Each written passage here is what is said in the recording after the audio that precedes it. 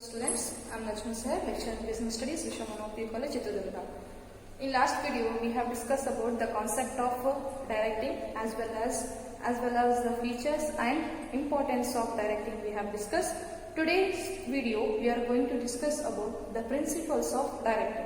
So, these principles of directing, this question will ask for the 8 marks. It comes under the D section of your question paper. From the point of view of examination, this question will be asked for the 8 marks. So, providing good directing and effective directing is a challenging task. Giving directing, guiding people, giving instruction, communicating with different backgrounds employees in the organization, it is one of the difficult and complicated tasks for every manager. As a manager in the organization, he has to face the n number of employees in the organization with the different backgrounds, with the different regions, with the different language, with the different culture he has to deal with. This brings the complexity in directing functions of the organization, in the directing functions of the management.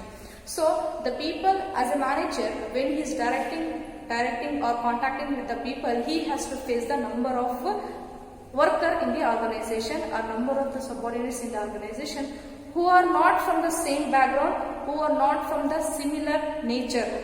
The different people will have different taste, different culture, different behavior, different background. They will have different expectations. They will have these expectations, these backgrounds will bring the complexity while exercising the directing functions of the management.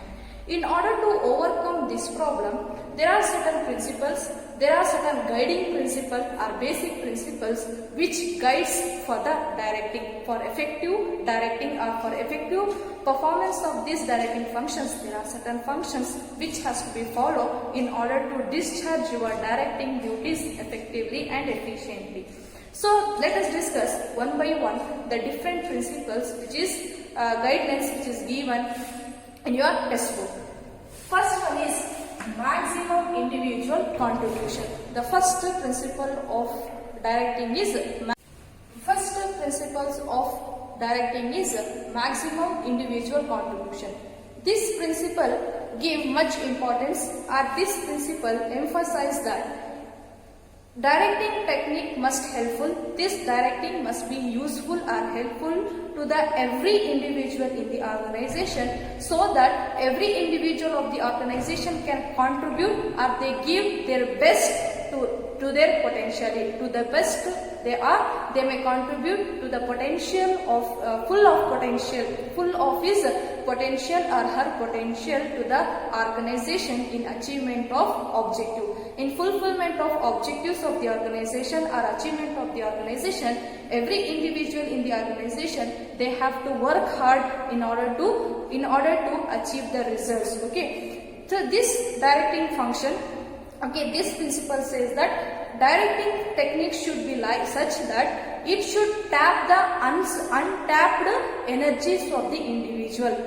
The energy, the capacities, the potential, the abilities of the individual which is not used, which is unutilized, that energy should be tapped. That energies, that potential of the individual should be identified and extract those potential or those capacities of the individual in the organization for the betterment of the organization. So that the manager has to plan appropriate techniques of the directing. It may be a motivating, or he may prepare a different motivating scheme so that individual can get motivated. For some individual, money act as a monetary reward, act as a motivation.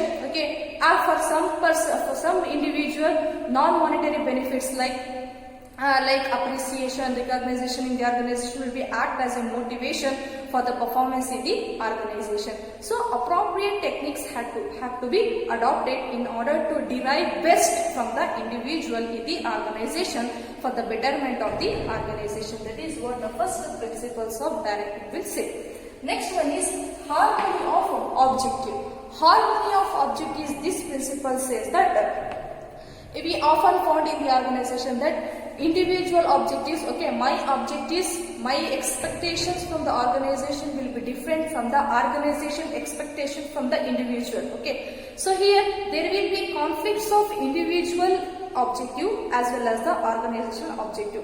As a worker of that particular organization, I will expect good salary, okay, good rewards from the organization. And the organization expects from the individual or from the employee that he should improve his performance, he will contribute his best for the achievement of the organization. That is nothing but he should give best productivity for the organization in order to earn the profit for the organization. So here there will be always conflicts. As my expectation, the organization will not give. As organization expectation, I may not perform. Okay, there will be always conflicts. But in order to bring the harmony in the objective, a good directing, a manager has to adopt such technique and he has to convince the employee that his reward will be complementary to his work. Okay, how he is going to contribute to the organization, accordingly he will get the salaries as well as rewards. Okay, as a manager, he has to direct, he has to convince, he has to provide, he has to bring the harmony among the different objectives of the organization as well as individual. That is what harmony of the objective. Harmony of the objective is nothing but as a direct manager, as a supervisor, he has to convince the individual that as you work, your reward will be. How you are going to perform in the organization, likewise you are going to get your salary. Okay, if you are not performing well, you are not going to get according to your expectation. Okay, that is what the harmony of objective. Next is what? Unity of command. The third principles of directing, what it is saying, that this principle is saying that unity of command. Every individual in the organization, each and every employee in the organization should get orders as well as instructions from the one boss, that is from one superior. He has to get the orders as well as the instructions. If he gets from the multiple boss or from the different managers, what happens? Confusion will be created and he will not in a position to execute the work given to him, which is assigned to him.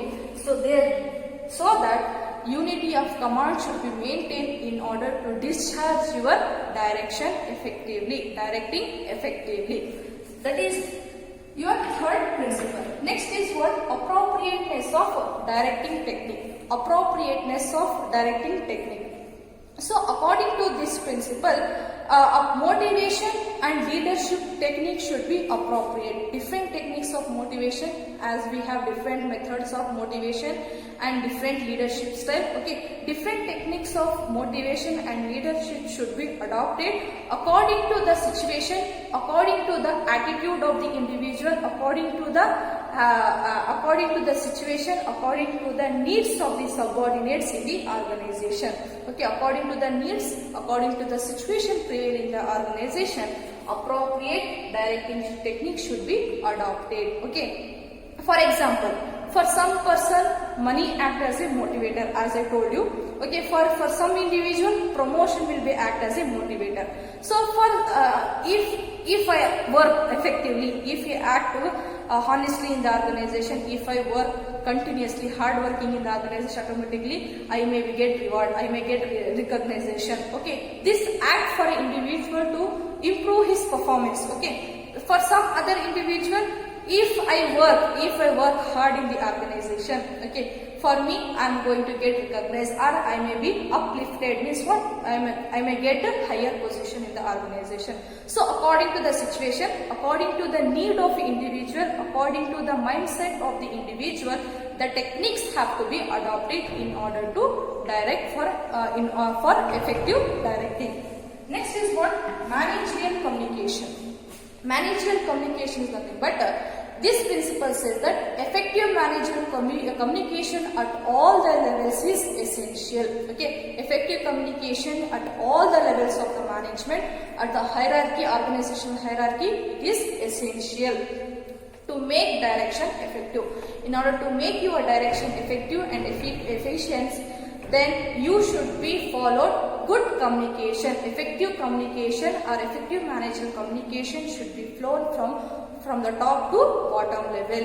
And even not only merely issuing the orders, not only giving just instruction, but you should also ensure that whatever the orders, whatever the instruction, whatever you are communicating with your subordinates, whether they are understanding or not, that also you have to check through feedback. Through the feedback you get the understanding level of the individual or subordinate. So basically managerial communication is nothing but at each and every level of the management. It may be a top, it may be middle, it may be lower level, whatever the levels of management you have, there should be a effective communication. There will be a communication between the superior and subordinates, and eventually you have to take the feedback or follow up to know that whether whatever the orders you have issued, whether they have understood or not. In order to know that, you have to take a feedback. Next is use of informal organization. So basically organization we have different forms of organization. Formal we have, informal we have. As a manager, you have to identify the informal organization that exists in the formal organization, as we have discussed in the organization chapter in detail. So here the manager has to make use of informal organization for discharging this directing function effectively and efficiently. And last one is leadership. Leadership is nothing but, so here as a manager, he has to adopt the leadership technique appropriately. Okay, appropriate techniques of leadership he has to adopt in order to lead the people in the organization, or in order to advise the people in the organization, so that you can effectively and efficiently direct the people in the organization. The leadership quality should be possessed. A manager should possess a leadership quality, and appropriate knowledge, appropriate skill, appropriate techniques should be adopted in order to direct the people in the organization. There should be no bias, there should be no there should be no objectivity while dealing with the subordinates in the organization. And last one is follow through. That is nothing but feedback. Feedback is nothing but only issuing order, only giving instruction is not sufficient. You have to check, as a superior, you have to check that whether your subordinates have understood or not. Okay, in order to check that, you have to go for follow through. Follow through is nothing but you have to take regular feedback from your subordinates, so that you can improve your directing function. That is what the 8 principles of directing. First one is what? Maximum individual contribution, harmony of objective, unity of command, and next one is appropriateness of directing techniques, correct techniques, accurate techniques you have to adopt according to the situation prevails. Next is what? Managerial communication, use of informal organization, leadership, follow through. These are the 8 principles of directing, which is going to be asked for the 8 marks. Clear? Let us discuss the elements of directing. This particular question will be asked for the 4 marks. It is a 4-mark question, and sometimes it may ask for the 2 marks also. It may ask for 2 marks also. Totally, basically from this you may get 6 marks. Okay. Elements of directing. As we know that directing is a process of instructing, okay, process of giving instructions, guiding, counseling, motivating the peoples of the organization so that they can achieve the predetermined objectives of the organization. So directing basically is related to the guiding, instructing, motivating. Okay, in for example, a hotel manager is going to direct the supplier. Okay, he is direct. You give you fulfill this direction. Okay, means take the orders of the customers. Okay, whatever the customers order, you have to execute. And even the engineer is going to direct his subordinates. Engineer, okay, manager is going to instruct or give guidelines to take the precautionary measures while working in the coal mining. Okay, mining engineer. Okay, likewise these are the some examples of directing. Okay, even the manager will play a very active role, okay, in the organization in order to motivate the people so that they can achieve the targeted result. Basically, this the elements of directing includes 4 elements. One is supervision. Next one is motivation. Next one is leadership, and last one is communication. We have 4 elements of directing. One is supervision, next is motivation, next is leadership, and last one is communication. Remaining these 3 we'll discuss in later class. Now first we'll discuss about supervision. What is supervisor? Okay, what is supervision as an element of directing? The term supervision can be discussed in 2 senses. One is as an element of directing. It can be discussed in 2 ways. As an element of directing. Okay, and next one is second one is as a function performed by the supervisor. Function performed by supervisor. Okay, the term supervision can be understood in 2 ways, in 2 senses. One is as an element of directing, what exactly the supervision is, and the second one is as a function which is performed by the supervisor, the work which is done by the supervisor in the organization. Let us first discuss as an element of directing what is supervision. As an element of directing, supervision here refers to guiding the efforts of the individual in the organization in order to achieve the set targets. So here as an element of directing is nothing but, as an element of directing, supervision refers to guiding. Supervision refers to guiding the efforts of the people in the organization. So here giving instruction, correcting them, and taking the work, okay, getting the work from the people. That is what the supervision as an element of directing, guiding the effort of the people in the organization in order to achieve the targeted goals or in order to achieve the objectives of the organization, and even giving instruction, guiding them, okay, counseling them in order to utilizing the resources in the organization. So even this supervision also concerned not only giving or guiding and even seeing that what the individuals is doing in the organization. Okay, the work of supervision in the organization is that he has to check, he has to supervise whether the employees are doing their best or not, whether they are utilizing the resources at optimum manner or not in order to achieve the goals of the organization. That is what supervision according to the element of directing. As an element of directing, supervisor here refers to, the work here refers to checking that, seeing that the people in the organization, the subordinates, what they are doing in the organization, okay, what is being done in the organization, and seeing that whether they are utilizing the resources in effective way or not. So these are all doing in order to achieve the objectives of the organization. Next, coming to the functions which is performed by the supervisor. The function which is performed by the supervisor as a work which is carried out by the supervisor or manager. So he performs very important role, a vital role in the organization. As a managerial position, he is going to supervise his immediate subordinates. He is totally related to he will have a close contact with the workers.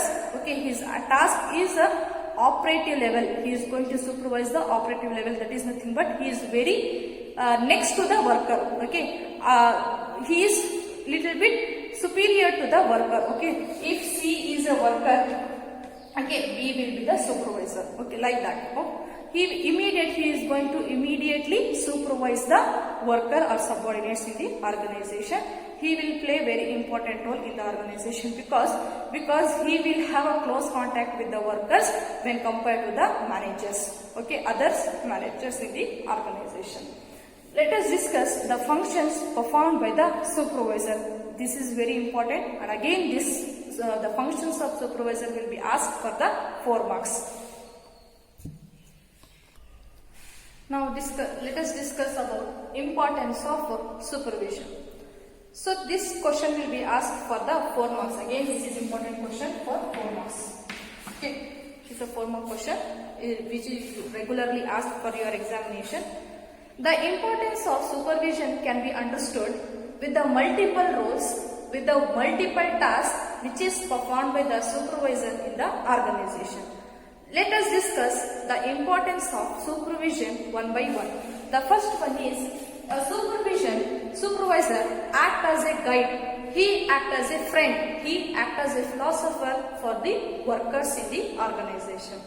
As the supervisor, he is an immediate person who is going to have a regular contact with the workers, who is going to maintain the day-to-day as well as the regular connection with the employees in the organization. So thereby he is going to act as a guide, okay, he is going to guide the employees, and even he act as a friend, okay, he will have a friendly relation with the employees as well as he act as a philosopher for the workers in the organization, because he is going to have a regular contact with them. When we are having regular contact with the employee, automatically we will have certain relationship among the employer as well as the employee. That is the first one. Next one is act as a link between the workers as well as the management. Supervisor act as a link. He brings the bridge between the management as well as the worker. Whatever the work management issues the instructions or instructions, whatever the instructions or orders issued by the management, he is going to communicate with the workers, okay, and whatever the problems, whatever the conditions, whatever the suggestion which the lower level people, which the subordinates which have given, okay, feedback which has given, that he is going to communicate to the management, and whatever the conflicts among the management and between the management and the workers they will have, he will be sorted out. That is why he act as a link between the workers as a management. Okay, whatever the instructions, whatever the guiding policy which is issued by the management, that he will communicate with the worker, and whatever the suggestions, whatever the conflicts, whatever the differences of opinion will have, that he will communicate to the management, and whatever the difference he will find with, or whatever the conflicts, whatever the problems will be there between the workers and the management, he will try to solve. That is why he acts as a link between the worker and management. That is what the second important. Next is what he brings the unity among the group. Supervisor, the employees, the subordinates who are under his control, he always try to convince them. He also brings the unity among the group, okay, with the help of good communication skill, with the help of the good leadership quality. He will bring the unity among the group who are under his control. By sorting the differences, he bring the harmony among the groups. That is what the third important point. Next is what he motivates the employee effectively. Okay, so he takes the responsibility of task achievement, okay, fulfillment of the targets, okay. So he will continuously supervise the work which is performed by the individual. If any individual is not performing, he is going to guide them. That is what he act as a guider, he act as a friend, he act as a philosopher. And if any individual who is not working effectively, he will boost his energy, he will encourage him effectively. Likewise, he is going to motivate in order to perform the task, in order to fulfill the targets which is assigned to the employee. So that is what motivates. Next is what helpful in training. This supervision provides good on-the-job training to the employee. employee. Okay, so this supervision is useful in providing training to the people on the job. Okay, they are going to learn while doing. Okay, while through practicing, they are going to learn the new skills, new knowledge, and this supervision is also helpful providing the training to the employees or providing training to the newcomers. Next is one, it provides feedback. The supervisor will also evaluate the performance of individual. He is going to measure, he is going to correct the performance of individual, and accordingly he is going to provide the feedback. He is going to suggest the ways in which the individual is going to change his behavior, or they may increase they may utilize their capacity, or they may increase their performance in the organization. So he is going to give the feedback on the performance of the individual. He is going to evaluate the performance of individual so that the individual come to know about his plus and minus. Okay, and even he will also possess a good leadership quality. Okay, with the help of the good quality, leadership quality, he will lead the people of his group in order to achieve the objectives of the organization. This is what the importance of supervision, which is going to be asked for the 4 marks. One is act as a guide, friend, philosopher for the workers. As he will maintain a regular contact, he will have day-to-day contact with the employee, so that he is act as a guider. Next is what? Act as a link between the worker and management. Whatever the rules, whatever the policies issued by the top level, he is going to communicate to the worker. Whatever the grievances, whatever the problems, whatever the ideas, suggestions the lower level will have, the same will be communicated to the top level management. He will solve the differences between the worker as well as the management. That is what? Second point. The next is he brings the unity among the group. He will bring the harmony among the work. He will bring the cooperation and coordination among the group in the whoever under his control by solving the differences, by meeting the differences among the individual. He will bring the unity among the group so that they can work collectively as a team in the organization. Next is what? Motivates. As a supervisor, he takes the responsibility of completion of tasks which is assigned to the individual. He motivates the employee effectively so that they can complete the given task in time. Next is what? Helpful in training. This supervision provides good on-the-job training to the newcomers or for the employees in the organization. Okay, and even increases the knowledge and skills of the employee. Next is provides feedback. So this supervisor will also useful in evaluating the performance of individual. Okay, with the help of the good quality of leadership, he will effectively, objectively, he is going to be evaluate the performance of individual. Accordingly, he will take the actions against them. This is what the importance of supervision. Thank you.